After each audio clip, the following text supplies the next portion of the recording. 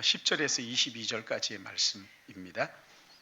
10절 말씀 제가 봉독합니다. 그들은 조각목으로 궤를 짜되 길이는 2규빗 반, 너비는 1규빗 반, 높이는 1규빗 반이 되게 하고 너는 순금으로 그것을 싸되 그 안팎을 싸고 위쪽 가장자리로 돌아가며 금태를 들어 금고리 넷을 부어 만들어 내 발에 달되 이곳에 2고리 저곳에 2고리를 달며 조각목으로 금으로 싸고 그 채를 궤 양쪽 고리에 꿰어서 궤를 매게 하며 채를 궤 고리에 꿰인 대로 두고 빼내지 말고 내가 네게 줄 증거판을 궤 속에 둘지며 순금으로 속죄소를 만들되 길이는 2규빗 반 너비는 1규빗 반이 되게 하고 금으로 그룹 둘을 속죄소 두 끝에 쳐서 만들되 그 그룹 한 그룹은 저 끝 곧 속죄소 두 끝에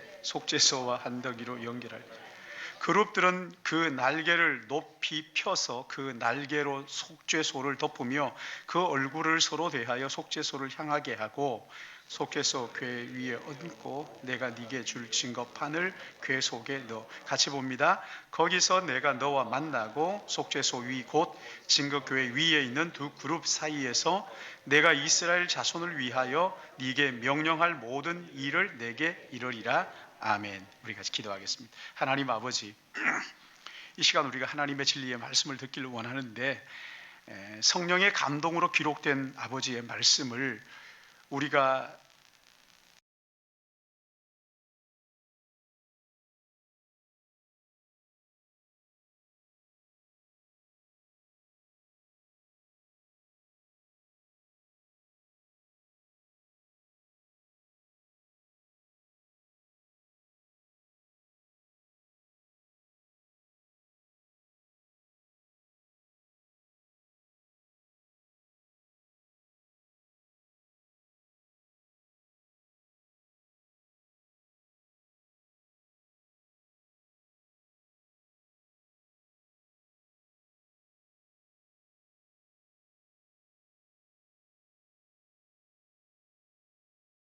말씀을 듣는 동안에 하나님과의 인격적인 만남이 우리 안에 이루어지도록 은혜 주실 것을 간절히 소원하고 예수님의 이름으로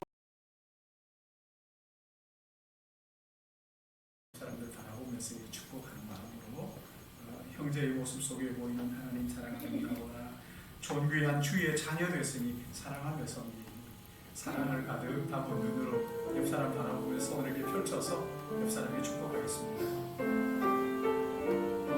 형제의 모습 속에 보이는 형제의 모습 속에 보이는 하나님 사랑 존귀한 주의 자녀 됐으니 존귀한 주의 자녀 됐으니 사랑하면서 우리의 모임 중에 임하신 우리의 모임 중에 하나님 영광 아름다워라 하나님 영광 아름다워 존귀한 왕이 여기 계십니다. 존귀한 왕이 여기 계시니 사랑하며 섬기리. 우리 앞뒤 보시면서 감사와 기쁨이 충만하시길 바랍니다. 이렇게 인사할까요? 허리가 넘치길.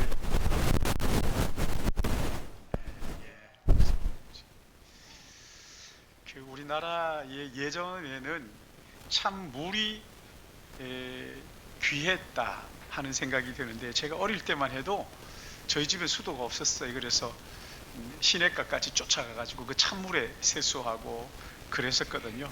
그리고 조금 지나니까 마을마다 그 공동 우물을 만들어 가지고는 거기에서 이제 가정마다 물을 다 길어가서 마시곤 했죠.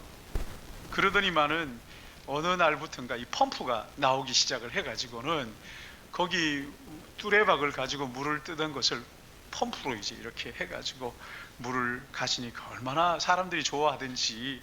그러다가는 이제 한 사람 두 사람 자기 집에 수도를 놓기 시작을 하고, 그래 이제는 뭐 집집마다, 아니 집에 몇 개씩 수도가 있어가지고 주방에서 쓰고 화장실에도 쓰고, 이 물이 얼마나 참 귀하게 쓰는지.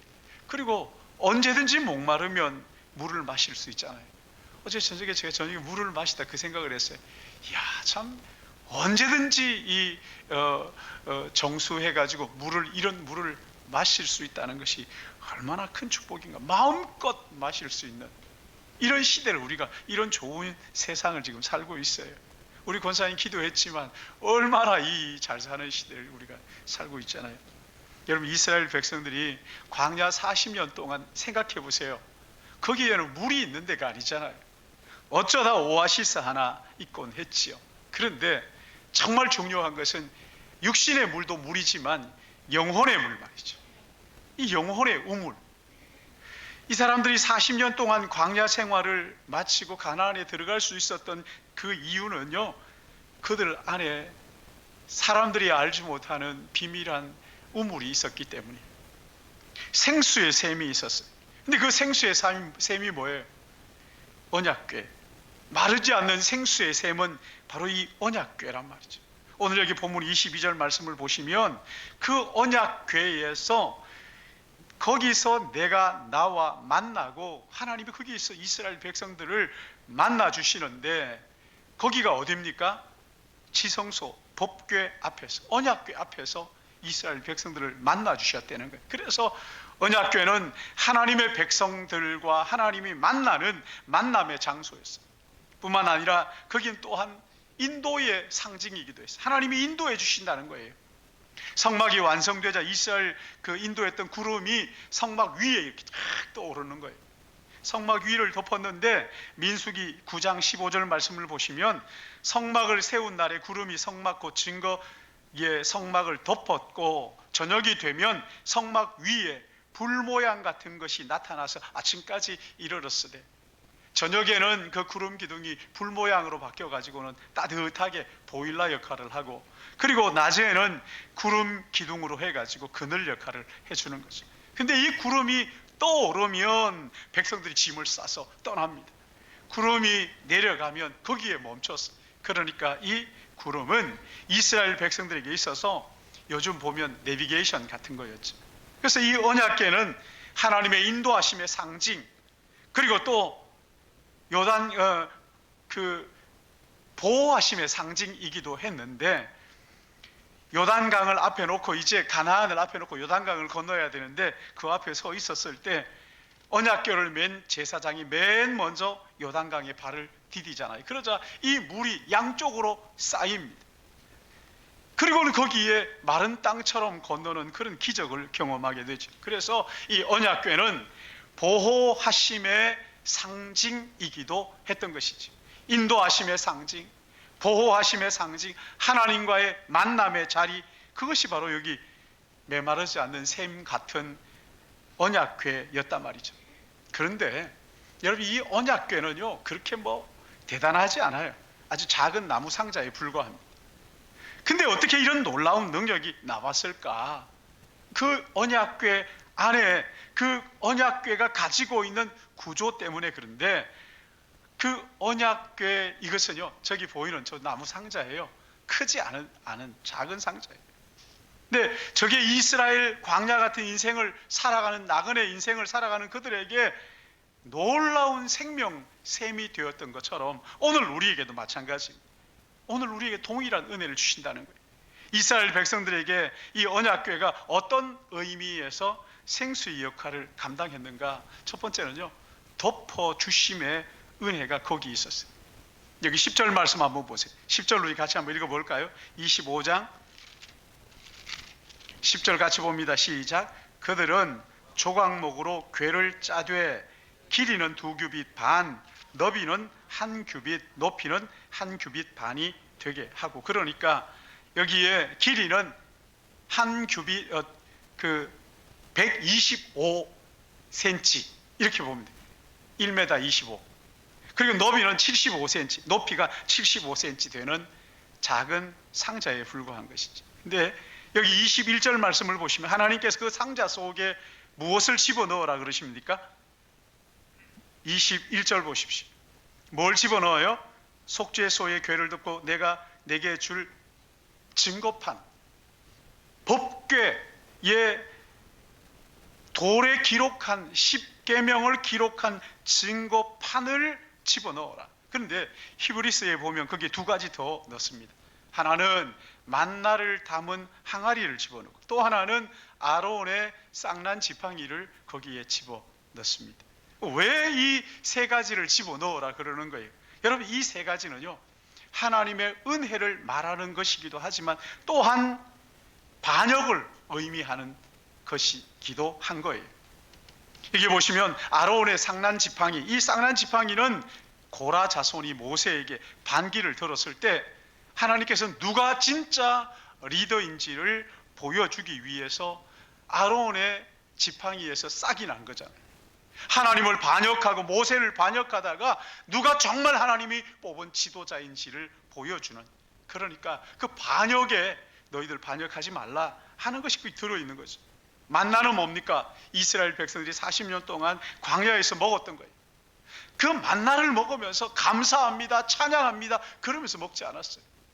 늘 원망하고 불평하고, 우리 왜 만나만 주느냐, 부추도 주고 고기도 주지 않고 하면서 불평했던, 원망하고 불평의 상징으로 그 속에 집어넣었어.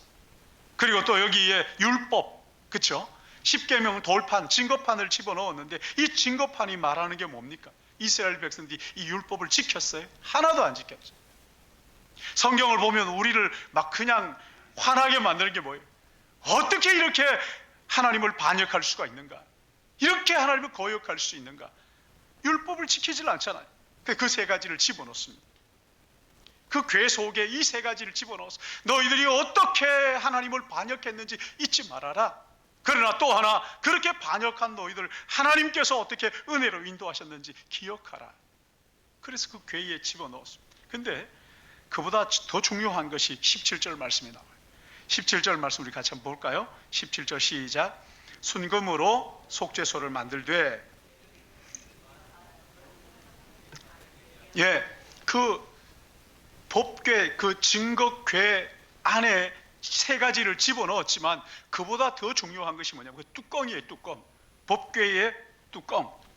순금으로 속죄소를 만들되, 그 속죄소라는 이름을 가지고 있어요.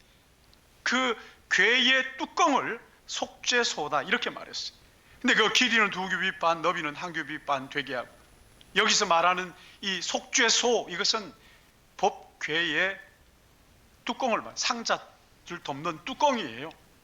여기 18절 말씀 보시면 금으로 그룹들 둘을 속죄소 두 끝에 쳐서 만들되, 여기 그룹이라는 것은 천사를 말하는 겁니다.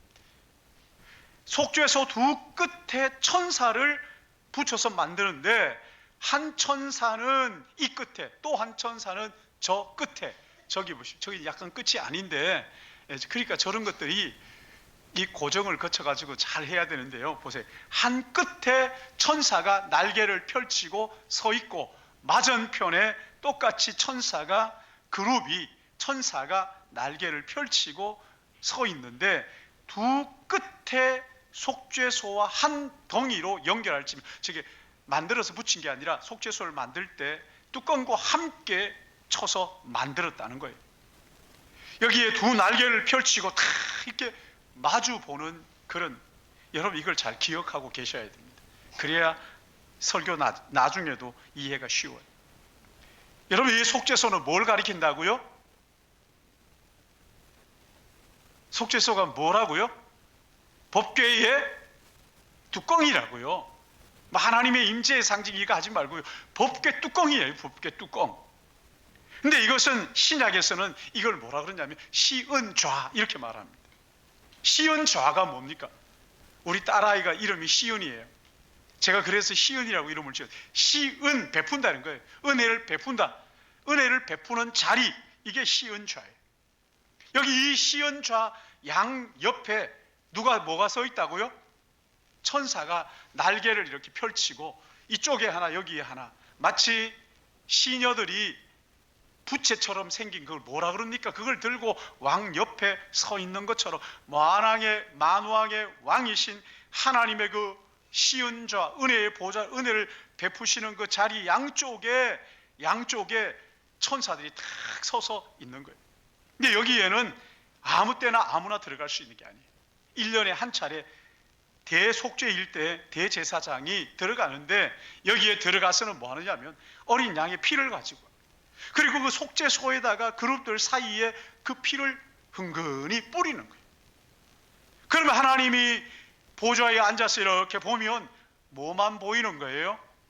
어린 양의 피만 보이는 거예요. 그리고는 우리를 바라보시면서 그 어린 양의 피에 덮인 우리를 보면서 의롭다, 이렇게 말씀하시는 거예요. 그때 하나님이 우리를 만나주시는 거예요. 그러니까 어린 양의 피를 보시고는 의롭다 하시고 우리를 만나주시고 말씀하시고 우리의 앞길을 인도하시고 우리를 보호하시고 함께 하신다는 거죠. 다른 곳에서 하나님은 우리를 만나주시지 않으셨어요. 바로 그 시온좌 앞에서, 속죄소 앞에서 이스라엘을 만나시고 그들에게 말씀하시고 그들을 인도하시고 그들을 보호해 주신 거예요. 여러분, 이것이 의미하는 바가 무엇일까요? 오늘날 예수 믿는 우리가 어린 양의 피로 모든 죄를 씻음을 받았지만 여전히 죄를 범하잖아요.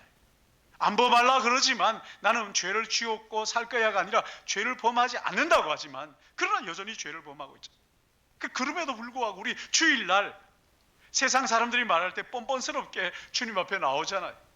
하나님 앞에 나와서 예배를 드리면 하나님께서 우리를 만나주시는데 왜 만나주시는가? 로마서 3장 25절에 이렇게 말씀합니다. 이 예수를 하나님이 그의 피로 인하여 믿음으로 말미암아 화목제물로 세우셨으니 이는 하나님께서 길이 참으시는 중에 전에 지은 죄를 간과하심으로 자기의 의로우심을 나타내려 하심이라. 여기 화목제물 나오죠. 이 단어가 뭐냐면 히라스테리온. 제가 이런 외국어를 말하지 않는데 이건 꼭 여러분 기억하셔야 해요. 히라스테리온. 이게 무슨 말이냐면 속죄소, 이런 말이에요. 구약에서 말하는 속죄소, 이 신약에서는 화목제물 같은 말이에요. 화목제물과 속죄소가 같은 말이란 말이에요. 그러니까 신약의 이 화목제물이 누구냐? 예수 그리스도잖아요. 나를 위하여 내 죄를 대신하여 피를 흘려주신 그 예수 그리스도. 하나님은 우리가 지난 한 주간 어떻게 사는지 다 알고 계시잖아요. 그렇죠? 그 수많은 눈으로 우리를 보고 계시죠. 우리가 무슨 생각을 하고 있는지, 지금 앉아서도 무슨 생각을 하는지 우리 하나님 마음을 다 아시죠. 만약에 하나님이 지난 한 주간 우리를 공의로 다스렸다 하면 아마 여기 나올 사람 별로 없을걸요. 가지 말아야 할 곳에 갈 때 다리를 분질르고 팔을 그냥 부러뜨리고 눈을 막 그냥 머리를 깨트리고 그렇다고 생각을 해보세요. 그런데 우리가 심판을 받아야 마땅합니다. 그래서 예수님께서 십자가에서 흘려주신 그 피를 믿을 때, 그 피를 우리에게 바를 때 하나님께서 우리의 죄를 간과하신다. 모른 척 하신다는 거예요. 덮어주신다는 거예요. 할렐루야. 그리고 하나님이 의롭다 이렇게 말씀하신다. 간과하신다. 못 본 채 해주시는 거예요. 그 피를 보면서 그 죄를 보지 않으시는 거예요. 얼마나 감사합니다. 그래서 예수의 피가 우리에게 덮여서 하나님 보시면서 야, 너 예수의 피가 묻어 있구나. 의롭다. 이렇게 말씀하시는 거예요. 예수의 피를 바라보시면서 의롭다 하시는 거예요. 야, 너 이쁘게 생겼네. 의롭다. 이러지 않으시는 거예요. 우리의 인력이 아니에요. 하나님이 예수 그리스도의 피 묻은 우리를 바라보시면서 의롭구나. 이렇게 말씀하신단 말이에요. 그러기에 사랑하는 여러분, 예배에 나오실 때마다 예수의 보혈의 공로를 의지하고 예수 앞에 나올 때 모든 죄 씻어주시는 예수 그리스도의 그 보혈을 의지하고 하나님 앞에 쭈뼛거리지 말고 담대하게 나오시기를 축복합니다. 담대하게 나오시는 거예요. 왜? 내게 하나님 앞에 하나님을 만나는 능력이 내게 있는 게 아니라 하나님은 그 아들의 피, 예수 그리스도의 피를 보시고 우리를 의롭게 여기시고 만나주시는, 내가 잘나서 아니에요. 그러니까 여기에 와서 자랑할 거 하나도 없어요. 교회 안에서 자기 자랑하는 것만큼 그런 바보가 어디 있어요? 우리가 교회에 나오는 것, 하나님 앞에 나오고 하나님을 만나는 것은 나의 공로가 아니고 예수 그리스도 그분의 공로라 말이에요. 하나님 앞에 설 수 있는 능력이 거기에 있어요. 우리의 기도의 응답도 마찬가지입니다. 여러분 기도를 많이 했기 때문에 그냥 목이 터져라고 주여 주여 한다고 해가지고 응답하신 게 아니에요. 예수 그리스도의 보혈의 피 공로로 말미암아 응답하시는 것을 믿으시기 바랍니다. 우리가 어떻게 살았느냐 이게 아닙니다. 예수 그리스도의 피 공로. 그러기에 여러분 우리는요, 예배당에 나와서 우리가 살아가면서 해야 될 일 하나가 있어요. 그게 뭐냐면 예수 그리스도, 우리를 온전케 하시는 그분을 바라보는 거예요. 그분을 바라보는 거예요. 예수 그리스도의 피로 우리를 덮어주시는 그분을 바라보는 거란 말이에요. 그럴 때 하나님이 우리를 의롭게 여기시고 우리의 죄를 덮어주시고 가려주시니까 의롭게 여겨주시고 우리를 만나주시는 것이란 말이에요. 이 아침에 이 예배가 예수 그리스도의 보혈의 공로를 의지하고 하나님을 만나는 시간 되시기를 축복합니다. 또 하나 있습니다. 이 마르지 않는 생수를 마시는 비결이 뭐냐면 나만의 지성소로 나가는 거예요. 여러분 성소와 지성소 사이에는 아주 두꺼운 휘장이 가려져 있죠. 이 휘장은 출애굽기 26장 31절 말씀을 보니까 너는 청색, 자색, 홍색 실과 가늘게 꼰 배실을 짜서 휘장을 만들고 그 위에 그룹들을 정교하게 수놓아서, 그룹이 뭔지 아시죠? 천사라고요. 그러니까 그 큰 휘장에다가 거기에 청색, 자색, 홍색 실로 휘황찬란하게 커튼을 만드는데 그 커튼은 천사 그림, 거기에 천사들이 거기에 쭉 서 있는 그림. 그래서 대제사장이 1년에 한 차례씩 그 성소에 들어갈 때마다 깜짝 놀라는 게 뭐냐면 그 성소에 딱 들어가면요, 첫 번째는 찬란하게 비춰오는 그 금 등잔에서 비춰오는 그 불빛 때문에 휘황찬란한 황금으로 되어 있잖아요, 벽이. 거기에 놀랄 뿐만 아니라 또 하나는 이 아름답고 정교한 너무나 기가 막히는 그 커튼을 보면서 이야, 깜짝 놀라는 거죠, 사람들이. 근데 여기 마가복음 15장 37절 말씀을 보시면 이렇게 말씀합니다. 예수께서 큰 소리를 지르시고 숨지시니라. 이에 성소의 휘장이 위로부터 아래까지 찢어져 둘이 됩니다. 여러분 이 성소의 휘장은요 얼마나 단단한지 두 마리 소가 맞은편에서, 결의의 소가 맞은편에 당겨도 찢어지지 않는다 그래요. 사람이 찢을 수 없는 거라. 근데 이 휘장이, 이 커튼이 언제 찢어졌다는 거예요? 예수님께서 십자가에서 숨을 거두는 순간 그 두꺼운 휘장이 둘로 찢어지는데 어디로부터 찢어지지 않으면 위에서부터, 위는 우리가 닿지도 않잖아요. 근데 위에서부터 아래까지 둘로 완전히 찢어졌다는 거예요.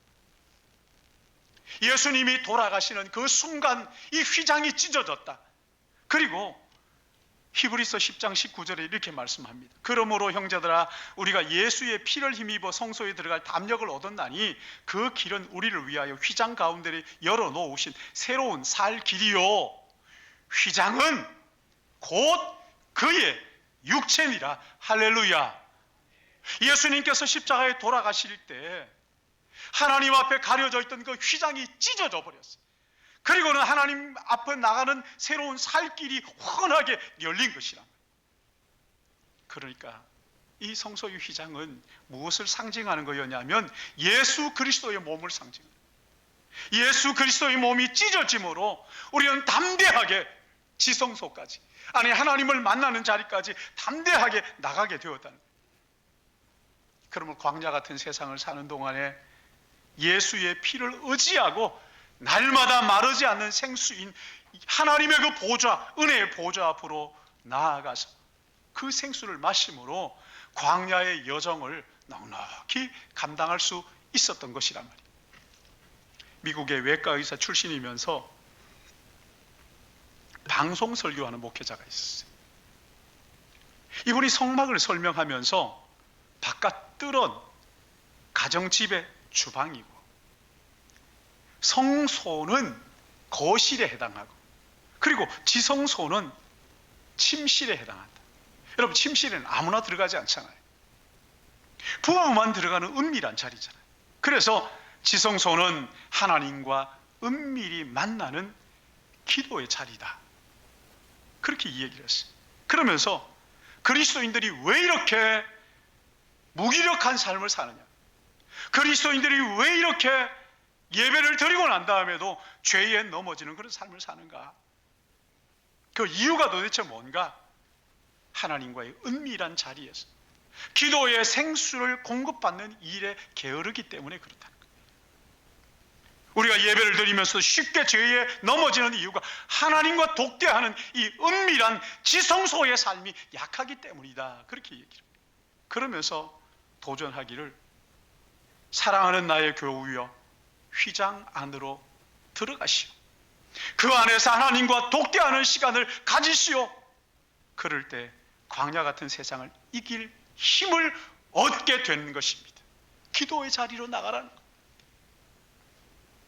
여러분, 예수님의 삶을 가만히 보면은 참 지쳐서 쓰러질 법도 한데, 그냥 몸살이 나고 그럴 만도 한데 힘있게 사역을 감당하는데, 그 비결이 뭐냐면 마가복음 1장 35절에 보시면 새벽 아직도 밝기 전에 예수께서 일어나 나가 한적한 곳으로 가사 거기서 기도하시다. 하나님 기도. 여러분, 여기에서 한적한 곳, 여기는 광야를 말하는 거예요. 주님은 자주 광야, 그러니까 지성소로 나가셨어요. 거기에서 하나님과 교제하고, 거기에서 세상을 이길 힘을, 능력을 공급받고, 거기에서 십자가를 지는 능력 얻으시고, 거기에서 얻는 거예요. 예수님께서 씨 뿌리는 비유를 말씀하셨잖아요. 농부가 씨를 뿌릴 때 더러는 길가에, 더러는 돌짝밭에, 더러는 가시떨기 속에, 더러는 옥토에, 네 가지 밭을 말씀하시면서 길가와 돌짝밭에 떨어진 씨앗이, 여러분, 그게 살지 못하는 이유가 뭡니까? 흙이 있기는 있는데 너무 얇은 거죠. 흙이 꽉 덮어줘야 이게 사는데, 그 흙이 너무 얇아가지고 햇빛이 나니까 그러면 타 죽어버리고, 또 새가 와가지고 쪼아 먹어버리고. 흙이 두텁게 덮여 있으면 어떻게 새가 쪼아 먹겠어요? 어떻게 뜨거운 기운이 그 씨앗을 태울 수가 있겠어요? 오히려 그 뜨거운 기운이 씨앗이 발아되도록, 자라도록 하는 그런 역할을 하겠죠. 여러분, 마찬가지입니다. 우리가 자주 넘어지고 쉽게 시험에 빠지는 이유는 이 덮어주심의 은혜가 뭔지를 모르기 때문에, 이 은혜를 구하면서 지성소로 나가서 하나님과 독대하는 이 은밀한 기도의 자리가 부족하기에 우리가 자주 넘어지는 거라는 거예요. 하나님의 덮어주심의 은혜 필요 없는 사람 아무도 없습니다. 하나님을, 사람을 만나는 거 중요하잖아요. 사람을 만나기 전에 사업을 하는 거 중요하잖아요. 사업을 하기 전에 하루 일을 시작하는 거 중요하잖아요. 하루 일을 시작하기 전에 먼저 하나님과 독대하면서, 하나님, 오늘도 저의 허물이 있습니다. 그리스도 예수의 피로 덮어주신, 우리를 덮어주십시오. 사람을 만나기 전에, 그럴 때요, 만남의 질이 달라지는 거예요. 아멘입니까? 만남의 질이 달라지는 거예요. 그러기에 사랑하는 여러분은 기도의 지성소가 어디입니까? 언제 하나님과 독대하십니까? 얼마나 하나님과 그 깊은 내밀한 관계를 가지고 있습니까? 하나님과 독대하는 그 은밀한 기도의 자리가 광야 같은 나그네 인생을 이기게 하는 능력인 것을 믿으시기 바랍니다. 마지막으로 한 가지 더 있어요. 지성소의 은혜를 우리의 삶으로 끌어와야 되는 거예요. 지성소는 지성소고 내 삶은 내 삶이고 그래서는 안 됩니다. 여러분, 여기 언약궤의 특징이 있어요. 그게 뭐냐면, 우리가 읽었지만 고리가 있잖아요. 그리고 그 채를 끼워가지고 어디든지 이 채를 빼지 말고 그냥 두라. 무슨 말이에요? 언제든지 출발하면 딱 치고 갈 수 있도록 어디든지 간다는 거예요. 여러분, 우리의 인생은 한 곳에 머물러 있는 게 아니잖아요. 여기 갔다 저기 갔다. 나중에 결국 이 세상을 떠나 나그네의 인생으로 우리가 이 땅을 살고 있는 거잖아요. 이스라엘 백성들도 마찬가지죠. 광야 자기 집이 아니잖아요. 가나안 영원한 집이 아니잖아요. 영원한 아버지의 나라까지 가는 인생 여정 속에 있다고. 근데 그들이 옮겨갈 때마다 제일 먼저 하는 일이 뭐냐면 그 성막을 다 철수하고 법궤를 매는 거예요. 법궤를 짊어지고 가는 거죠. 그래서 옮기기 쉽도록 고리를 만들고 채를 만들라고 하신 거예요. 근데 에스겔서를 보시면 참 재미있는 말씀이 있는데요. 여러분, 에스겔서가 잘 이해가 안 되지만 그래도 읽고 또 읽으면 어느 날 깨달아질 때가 있는데 얼마나 영적 세계의 풍성함이 그 속에 있는지 말이죠. 거기에 나오는 하나님의 보좌가 나옵니다. 하나님께서 그 보좌에 앉아 계셔. 그걸 설명하시는데 하나하나가 얼마나 기가 막히는지. 근데 하나님의 보좌를 설명하는 부분이 있습니다. 보좌의 특징이 뭐냐? 바퀴가 있어요. 바퀴. 여러분, 바퀴가 있으면 그게 뭐예요? 자동차죠. 어디든지 갈 수 있습니다. 시간이 좀 걸릴지는 모르겠지만 어디든지 갈 수 있습니다. 바퀴만 있는 게 아니에요. 그 바퀴에는 수많은 눈들이 있습니다. 뭘 말하는 거예요? 눈이 뭐 하는 겁니까? 보는 거잖아요. 여러분의 일거수일투족을 우리 하나님께서 다 보신다는 거예요. 다 보시는 거예요. 어디에 있든지 무엇을 하든지 하나님께서는 그 수많은 눈을 가지고 우리를 보신다. 나중에 이게 성령으로 표현이 되잖아요. 우리를 다 보시는데 겉모습만 보시는 것이 아니라 우리의 속사람을 꿰뚫어 보시는 거죠. 하나님 우리를 보시는 거예요. 그런가 하면요, 여러분 여기에 날개가 또 달려 있어요. 보좌의 날개가 있습니다. 그래서 어디든지 이 날개를 의지해가지고 어디든지 갈 수 있어요. 이스라엘 백성들이 바벨론 포로로 끌려갔을 때 이스라엘 백성 거기서 한탄을 했어요. 하나님은 예루살렘 성전에 계시지 여기까지 오시겠나? 근데 그때 봤던 환상이 에스겔이 하나님의 보좌는 바퀴가 있고 눈이 있고 날개가 있어서 어느 곳이든지 이 하나님의 백성들이 가는 곳이라면 거기에 가신, 어디든지, 그리고 그 불꽃 같은 눈동자로 그들을 지켜보고 계신다. 다 아신다. 모든 것을 보시고 모든 것을 아시고 어디든지 계시는 그 하나님, 우리의 삶 가운데 함께 계신다.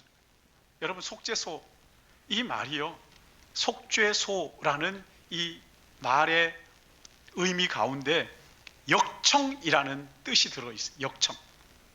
근데 이 역청이 성경에 보면 두 군데 사용이 됩니다. 하나는 노아가 방주를 만들 때 나무와 나무 사이에 역청과 진을 발라가지고 물이 새 들어오지 않도록 하는데 이걸 사용을 하거든요. 그리고 또 하나 있습니다. 가슴 아픈 이야기입니다만은 모세의 어머니 요게벳이 모세를 나일강에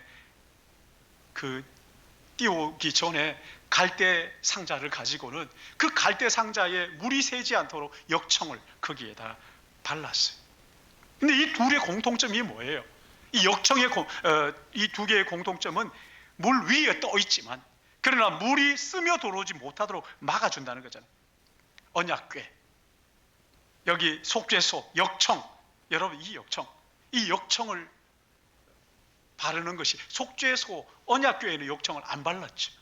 그러나 언약궤는요, 역청의 진짜 의미를 거기서 보여줍니다. 역청이 뭘 말하는지를 보여주는 것이죠.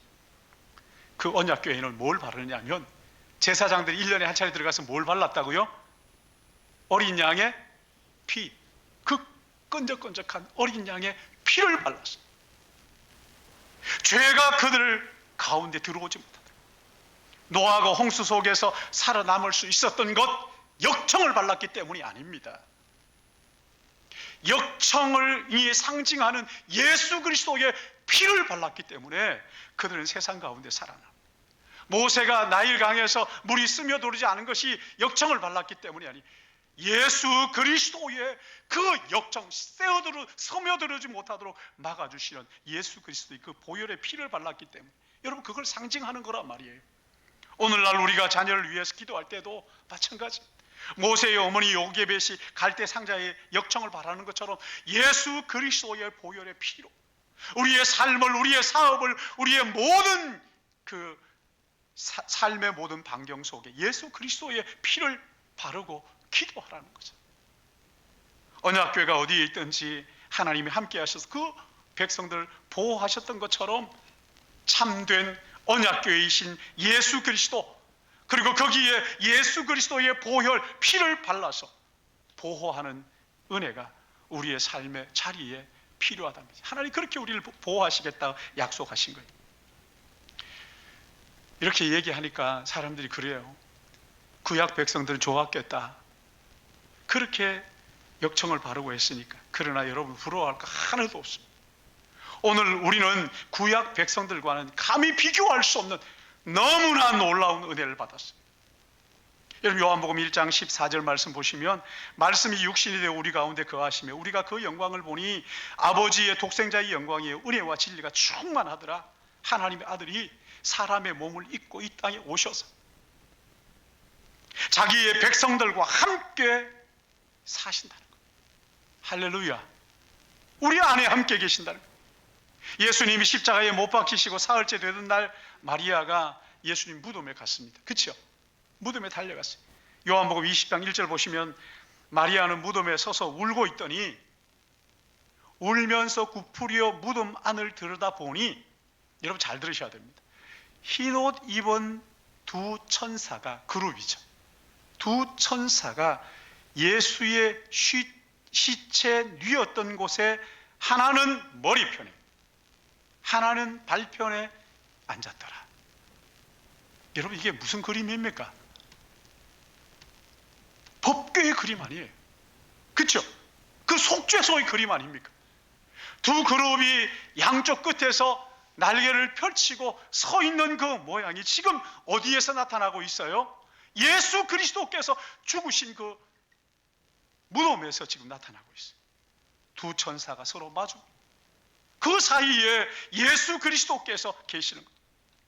십자가에 돌아가신 예수님, 그분이 우리에게 은혜를 베푸시는 시은좌라는 것.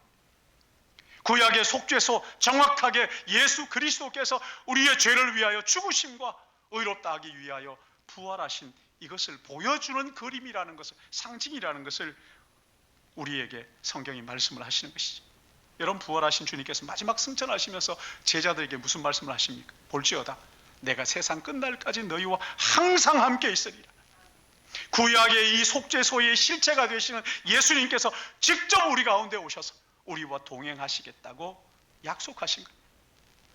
우리의 삶에 어렵고 힘든 순간마다 우리 혼자가 아니라 우리 주님이 함께 하시는 것을 믿으시기 바랍니다. 이런 은혜가 있는데 우리가 어떻게 구약 백성들하고 비교할 수 있겠어요? 사랑하는 여러분, 광야 같은 세상에 주님을 닮아가는 삶이 만만하지 않지. 그러나 성소에 덮어주시는 보혈의 능력, 이 능력을 여러분의 삶 속에 경험하시기를 주님의 이름으로 축복합니다. 휘장 뒤에 하나님과 독대하는 그 은밀한 자리에 보호하심, 이 은밀한 자리를 확보하시고 매주일 예배를 통해 흘려 나오는 은혜를 가지고 이 광야 같은 세상을 뷸라만 아니라 뷸라와 또 헵시바의 은혜까지 함께 누리는 우리의 삶에 풍성한 열매가 가득한 그런 삶이 되시기를 예수님의 이름으로 축복합니다. 아버지 하나님, 은혜를